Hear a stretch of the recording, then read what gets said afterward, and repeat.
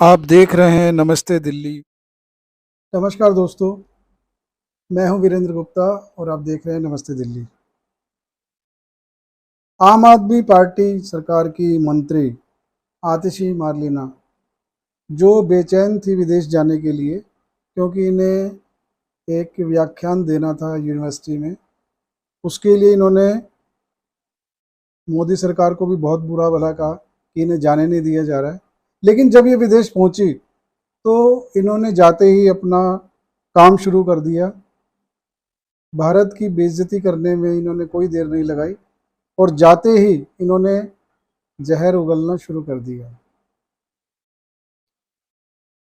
Cambridge university में जाकर इन्होंने बोला कि भारत में भूखमरी है, 35 करोड़ लोग भूखे सोते हैं भारत में और भारत की हालत श्रीलंका से भी ज़्यादा खराब है। अब समझ में ये नहीं आता कि भारत के बारे में झूठ फैलाकर ये कौन सी राजनीति कर रहे हैं। मैं इसे राजनीति नहीं मानता, मैं इसे झूठ और मक्कारी मानता हूँ। देश की जनता का पैसा आप अपने प्रोपेगेंडा में इस्तेमाल कर रहे हैं, ये बहुत ही एक शर्मनाक बात है।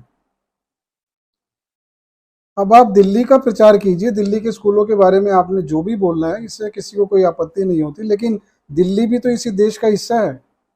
आप अगर बाहर जाकर ये व्यवहार करेंगे कि दिल्ली कोई अलग से देश है, उसके बारे में ही सिर्फ बात करेंगे, इससे किसी भी नागरिक को कोई परेशानी नहीं होती। लेकिन जब आप दिल्ली का बखान करते हैं, दिल्ली के शिक्षा मॉडल का बखान करते हैं और उसके साथ भारत की दुर्दशा का बखान करते हैं, जो कि वास्तविक बात नहीं है, तो ये किसी भी देशभक्त नागरिक के लिए बेहद ही अफसोस की बात होती है।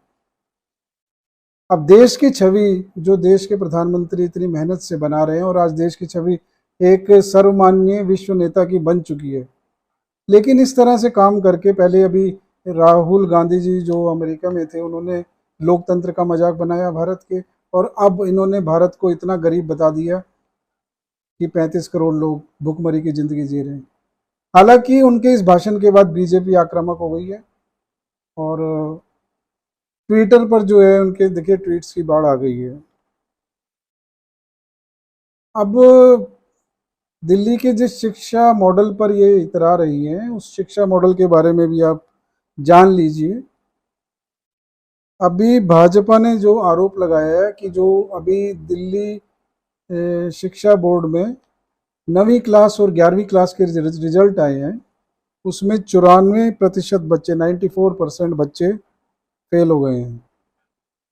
देखिए कितनी बड़ी प्रतिशत है ये, अब सोच के भी आपको हैरानी होगी।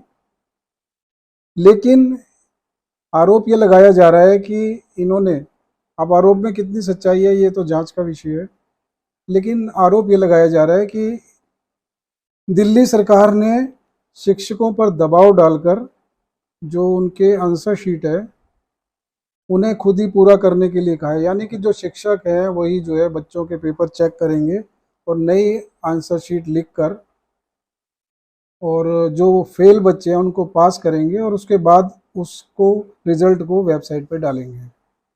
अब आप सोच सकते हैं कितनी शर्मनाक बातें हैं ये। एक सरकार को क्या ये शोभा देता है, ये आप ही जान सकते हैं। और भारत का मान इन्होंने कितनी बार बढ़ाया, ये तो अभी पिछली जो घटनाएं हुई हैं, अभी भगवंत मान जी के साथ भी एक आरोप लगा था कि एक विदेशी एयरलाइंस में उन्होंने जो है शराब पीकर जो हंगामा किया था, वो भी आपकी जहन में यादें होंगी, ताज़ा होंगी बिल्कुल। और कोरोना के समय में जो देश के मुख्यमंत्री हैं, जो दिल्ली के मुख्यमंत्री अरविंद केजरीवाल जी, उन्होंने एक सिंगापुर वेरिएंट का नाम लिया था, आपको याद होगा। तो जो सिंगापुर के विदेश मंत्री है, उन्होंने इन्हें वार्निंग दी थी कि अगर दोबारा से इन्होंने सिंगापुर का नाम लिया तो इन्हें ब्लैकलिस्ट कर दिया जाएगा। तो ये तो इनके कारनामे हैं। अब अपने इस शिक्षा मॉडल की जो रिपोर्ट है न्यूयॉर्क टाइम्स में छपवाएं, आप कहीं भी छपवाएं, और खुद इन्होंने बताया कि न्यूयॉर्क टाइम में एक ऐड छपवाने के कितने पैसे लगते हैं, कोई छोटा काम नहीं होता। आप अपना प्रोपेगेंडा आप कहीं भी लेकर जाएं, इससे किसी को कोई दिक्कत नहीं है, लेकिन देश की बुराई तो मत कीजिए, बेइज्जती तो मत कीजिए। अब देखिए, देश की अगर ये विदेशों में जाकर दिल्ली के जो शिक्षा मॉडल है इसकी सच्चाई उजागर करें तो आप सोच सकते हैं कि क्या परिस्थितियां बनेंगी। लेकिन चलिए, इनका शगल है, करने दीजिए। अब स्वास्थ्य के मॉडल के बारे में भी थोड़ा सा जान लीजिए, जिसको ये वर्ल्ड का नंबर 1 स्वास्थ्य मॉडल कहते हैं। और जो इनके स्वास्थ्य मंत्री इस समय जेल में है, सत्येंद्र जैन जी, उनको ये देश का सर्वोच्च पुरस्कार दिलाने के लिए भी सिफारिश कर चुके हैं। अब आप एक बात देखिए, जब ये आम आदमी पार्टी सत्ता में आई थी उस समय दिल्ली में दिल्ली सरकार की डिस्पेंसरी चला करती थी, अच्छी सुविधाएं थी, पक्की बिल्डिंग थी, अच्छे डॉक्टर थे और लोगों को अच्छा इलाज मिल रहा था।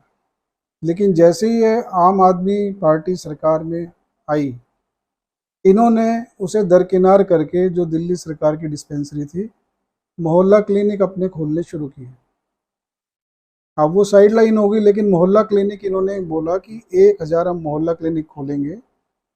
लेकिन आज करीब 600 मोहल्ला क्लिनिक खुले हैं और अधिकांश इस समय या तो कबाड़ का गोदाम बन गए हैं या आवारा पशु वहाँ पे चरते हुए नजर आ जाते हैं। ये कोई छुपी हुई बात नहीं है, कोई भी जाकर देख सकता है। अब ये तो परिस्थितियां चल रही हैं, अब ठीक है, अपना नगाड़ा पीटते रहिए, कुछ होने वाला नहीं है। अब देखिए, स्वास्थ्य सेवाओं के बारे में एक बार और बताऊंगा कि कोरोना काल में जो इनके मोहल्ला क्लिनिक थे जिसका ढिंढोरा पीटा जाता है, तो हाई कोर्ट ने बड़ी एक सख्त टिप्पणी की थी कि जब कोरोना में वैक्सीन तक नहीं लग पाती है इन मोहल्ला क्लिनिक में, तो इनको बंद कर देना चाहिए। ये बड़ी सख्त टिप्पणी थी। हालांकि प्रेस मीडिया में इसकी कोई चर्चा नहीं हुई, क्योंकि प्रेस मीडिया की इतनी हिम्मत नहीं है कि वो इस तरह की बातों की चर्चा कर सके। अब